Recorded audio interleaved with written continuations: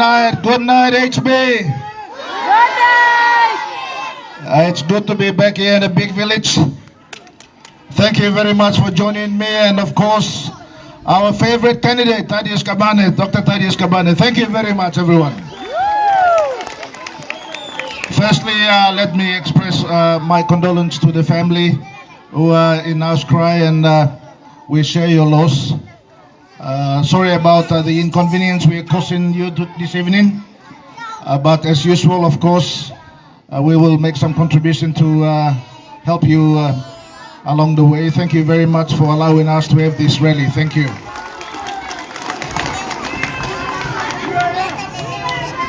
Looks like I've got some Wantoks here. Where are Yaromo? Yes, sir. We are here. And secondly, let me thank all our leaders, all our community leaders of the village, our reverend, all our committees, all our ward councillors. Thank you very much for organizing this rally here tonight. I know the elections are a very active period where we celebrate, where we talk to each other, but it's going to be over in 11 days' time. And after 11 days, we are all going to go back to our way of living, and we'll mind our business and move on. But the decision that you are going to make is something that is going to affect everyone who's here, especially our children and their future over the next 5 years. So I know that in this election we've got relatives running, and we've got uncles and boo-boos and you name it, running all over the country. Last few weeks I've been traveling across the entire country, from Manus down to Western Province yesterday, and of course to the Sepik and Momase region up in the highlands. And I see the same story everywhere. People are demanding for change, and people are demanding for services. And these stories are not new to us. It has been with us since our independence some 47 years ago. Out of those 47 years, PNC has been in government about 7.5 years, 8 years almost. 47 years, we've been asking for better education, better healthcare, better infrastructure, better economy, more jobs, more SMEs, and the list goes on. And governments have come and gone during that time, leaders have come and gone during that time, and yet our people's demand and our people's desire is still the same. So something is wrong somewhere. Either we are electing the right leaders into parliament, or we are electing the wrong leaders into parliament. And my belief is the latter. It is that we are electing people who don't know what they're doing into parliament, and then the result that we get is the same. So we are all at fault. Every one of us who want this quality of life that we are demanding as human beings, and we want a better future for our children. And the last 7 or 8 years that PNC was in government, before 3.5 years ago, these young fellows came and tried and got it off us. We have been trying to rebuild that dream. Over that 7 or 8 years when PNC was in government, we provided you free education. Free education that was promised in 1975, nobody could deliver until 2012 when we got into government. Free education for 2.2 million children across the country. And then of course when the government changed in 2019, they cancelled the free education. We were spending close to 700 million kina a year in making sure, doing something everybody thought it was impossible. But we did it for 8 years. And we were able to rebuild the health system in the country. Many of us remember what Port Moresby General Hospital used to be like. You go there to die. And we rebuilt it to a really nice hospital. But today, in 3.5 years, they've run it down again. We've built more hospitals in the country than any other government in the history. From Pangia now with the Australian government, the part of our refugee agreement, we are rebuilding that hospital. We've rebuilt Goroka Hospital. We are rebuilding hospital in Wewak. And of course, the new hospital in Enga. And we are now planning to rebuild the one that we were supposed to build in Mount Hagen. All these referral big hospitals are specialized hospitals that are supposed to save us. But because, everybody goes to social media and gossips and get jealous and all kinds of power hungry and all sorts of things, we changed the government in 2019. Not because they voted me out, but I resigned. Because people thought they will get a better deal on the other side. Well, when they came into government and everybody was lining up here at the government, I was cheering them on because they promised that we will all be millionaires. That we will all be the richest people in the world. Well, there are almost 9 billion people in the world who are still struggling too, and we want to beat them all in 3 years. I know we all dream of these things, but we have to be realistic. This kind of false expectation, because it sounds sweet in our ears. But anybody who is successful in life, whether it is in jobs or business or anything in life, will tell you it is because of hard work. They work hard to achieve these things. They don't sit around and dream. And some of these young people who are now running our country, they've never had a job in their life. But you allow them to run your finance department, you allow them to run your planning department, you allow them to run the treasury, you allow them to become prime ministers. If you were a thinking person, you wouldn't even give them a job in the first place. Because they got no experience. So this is where we are. We are making wrong decisions all the time. And now we are in another round of elections, and we will be continuously making those kind of decisions. That is why rallies like tonight is the one where we are trying to tell you, you have a choice today. Government has given you, the law has given you 3 choices. If you are so pressured to give a relative a choice, give him the 3rd vote. But the first vote, you have to give it to the future of our children and the prospect of their well-being into the future. We are at the frightening stage in this country. More than half our population.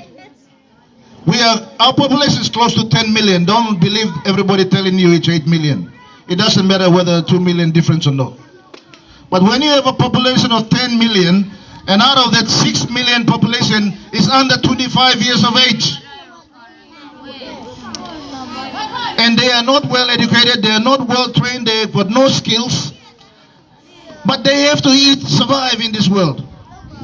We are not giving them that opportunity. Instead, we are cancelling free education, cancelling and giving them loans to go to universities that they can't even afford in the first place. So you have a decision to make where a government that is giving you policies, the party that is giving you policies is only PNC. If you see Titus Kambana's box 25 number, you see the clear policies that we are outlining to you. First thing we are telling you is education and jobs are number 1 priority. You need to have jobs to feed your family. You have to have an SME to feed your family. We are saying we will invest 500 million kina every year on making sure it's available for SMEs and farmers in the country. So that you have an opportunity. If you can't get a job, you start your own business. These are realities of life that is facing us, because tomorrow we have to find food to feed our family.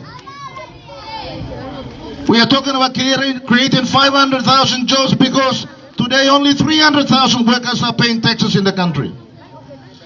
And we are looking after 10 million people, this 300,000 people. Our tax base is too low. That's why we have to grow the economy, create more revenue coming in so we can build more roads, more schools, more hospitals.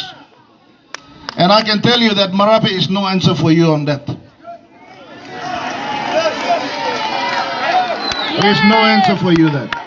He's got no answer. He's just lost, lost in power. You know, this is a guy who goes around the country and tells everybody, Peter O'Neill borrowed most of the money and invested in Port Moresby. You remember, many of you are a little bit older, remember the potholes that we used to have around in this city. No reliable services, no reliable water, no reliable power, nothing. And yet there's 1 million people living in the city in Port Moresby. And over 20,000, I guess, in Anurbada. These people deserve services. And if you don't start investing and attending to those problems, they keep on building up. As I said, 10 million population now, and every year, the entire country is contributing 300,000 new babies to the population. And in Motu Kotabu, about 2,000 every year plus. So we are not stopping at that work must go yet. Huh?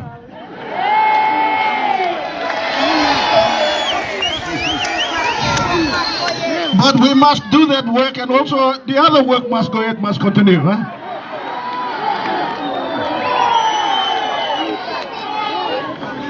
So when you have a population like that, you know, in 5 years' time, you will have another 1.5 million children who will be added onto the population list. That will become 10 million, will become 11 and a half. Another 5 years will become 13 million. It keeps on adding up. Before you know it, the problems are getting bigger and bigger. That is why I am urging you. You think before you vote so that we can build our economy again. Many of you now, you know, have access and we live close to the city, so we know what is going on. Over the last 3.5 years, there has been no new investment in the country, zero foreign direct investment. Why is that happening like that in the last 3.5 years? All our big projects has come to a standstill. They've closed down Pogora, which was the mining work that provided almost 3,000 direct jobs and another 10,000 indirect jobs. A lot of SMEs shut down, a lot of people out of job. Why nobody has confidence in us to invest their money in PNG is because our government has been changing the rules consistently. There is no stability, so nobody wants to invest. When there's no investment, there are no jobs. It's as simple as that. That is why when we have international agreements with companies and development partners, you must honor it. It is the government of the country that is signing this agreement. It's not your personal arrangement. You must honor it. And then that gives confidence. Businesses will invest more. People will get employed. And our country's economy will grow. There is no other easy solution. There is no other easy solution of cargo cult mentality that has been now preached around the country. I go everywhere, and as I said, I see the pain the people are going through. Now we are going to be 2025, we are going to be 50 years as an independent nation. 50 years. 50 years, and in 50 years, as a human being, we are all mature. Most of us are boo-boos already. But as a country, as we are maturing, we need to be firm with what we are doing. We need to be responsible with the decisions that we are making. We are not perfect. We make mistakes.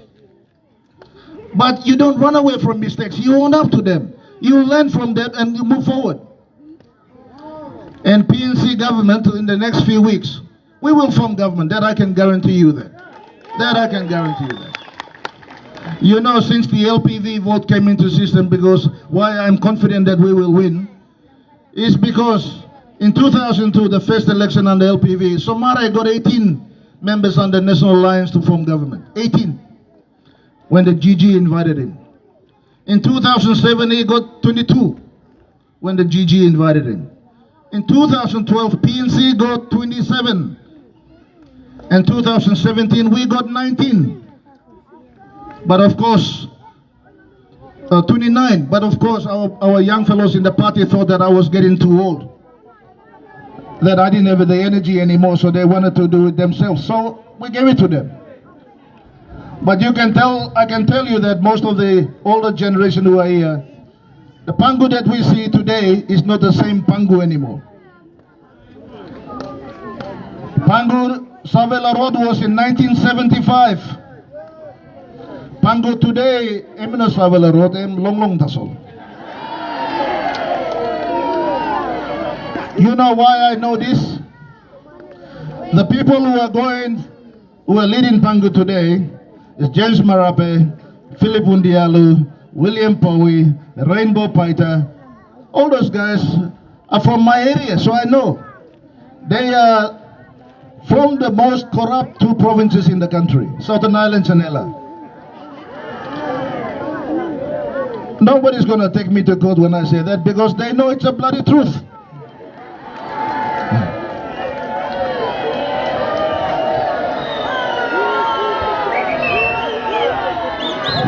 We are. So you know, these are the same people who are running our country today. And in Southern Islands, we've got a new culture. If you didn't know about the new culture, I'll tell you. There's a claim culture, you know. You don't do the work, but you put a claim to the finance department.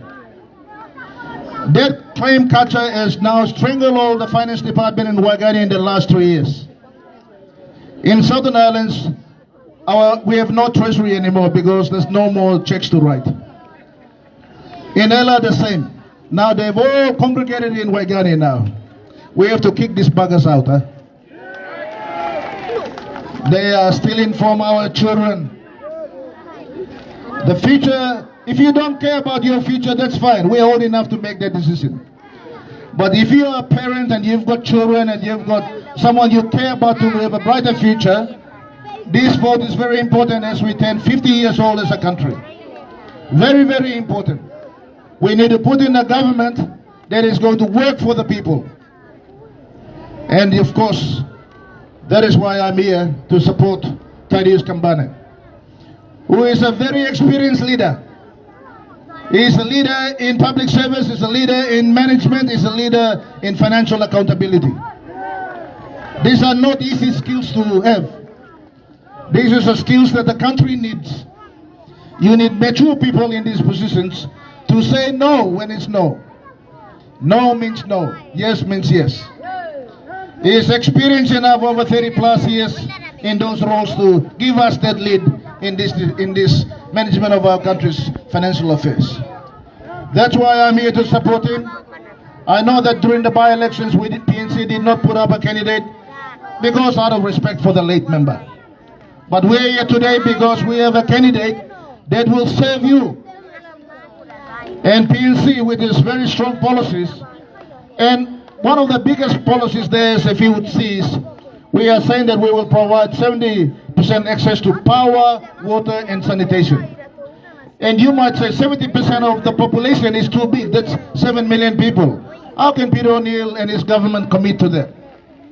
Well, let me tell you that in 2018, when we hosted the APEC here, everybody thought that I was wasting money. Everybody thought I was wasting money. There was a big outcry saying that this should not happen here. But do you know that we brought in the 20 biggest economies in the world to PNG? United States, China, Japan, Vietnam, Indonesia, all these biggest economies in the world come here that control 50% of the world economy. And PNG is lucky to be a member of that APEC club. That is why when we, at the APEC meeting here, they committed, not loan, but they committed a free gifting grant of 5.6 billion kina. 5.6 billion kina is almost half our PNG budget. And that money was given to us free by United States, Japan, Australia and New Zealand. And their commitment was that we must invest in water, power and sanitation. And Anwar Bada's biggest problem is those three issues. You know that and I know that. And now we have an access to financial ability there which is available to us, but the last 3 years our government has been so incompetent they can't even access it. Because they don't know how to talk to these people. They don't know how to talk to these governments. They don't believe in this false prophecy of praying and all these things. They get work done. You know, some of our members of parliament want to become pastors, you know. They're in the wrong profession, so vote them out. So you have a situation where in Anubari you will have a leader, a member, who will be part of your team, who will prioritize one of our key policies for PNC party. Power, water and sanitation.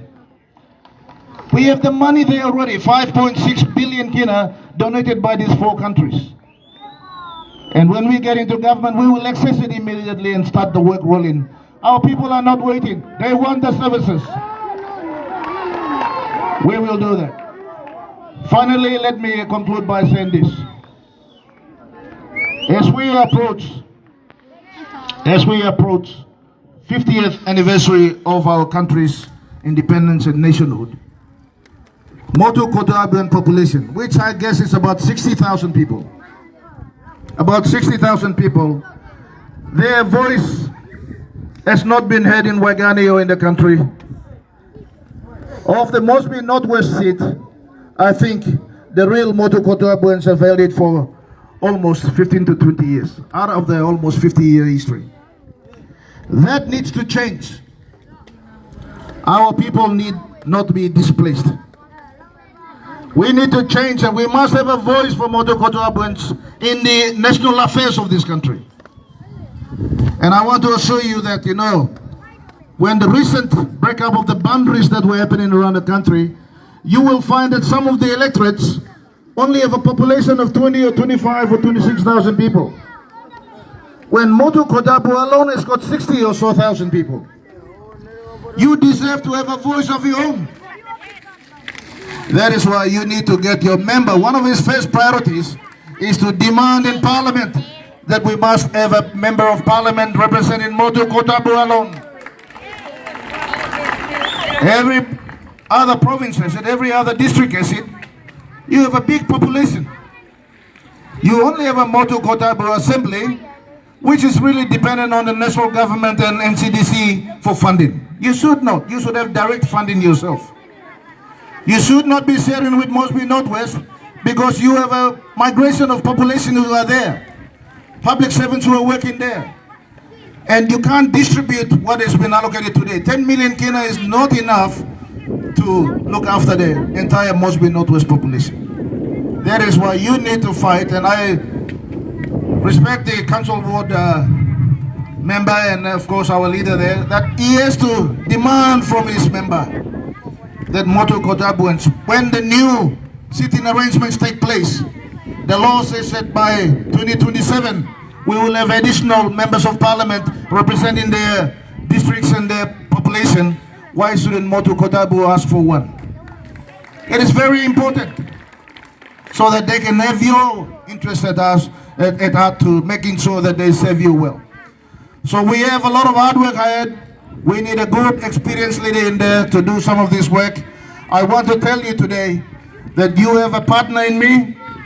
When we come in and form government in after 11 days polling, after campaigning 11 days time and polling in 2 weeks, we will be able to form a government. And I know that Papua New Guinea is wanting PNC to be able to lead the next government. We will be there. Make sure you vote for 25, Dr. Thaddeus Kambane, so that he can keep the work must go yet. You all agree, huh? Work must go yet? Mira, HB work must go yet? Vote in Thaddeus Kambane so that he can keep that going. Thank you. God bless him, you blogger. We'll talk to you soon.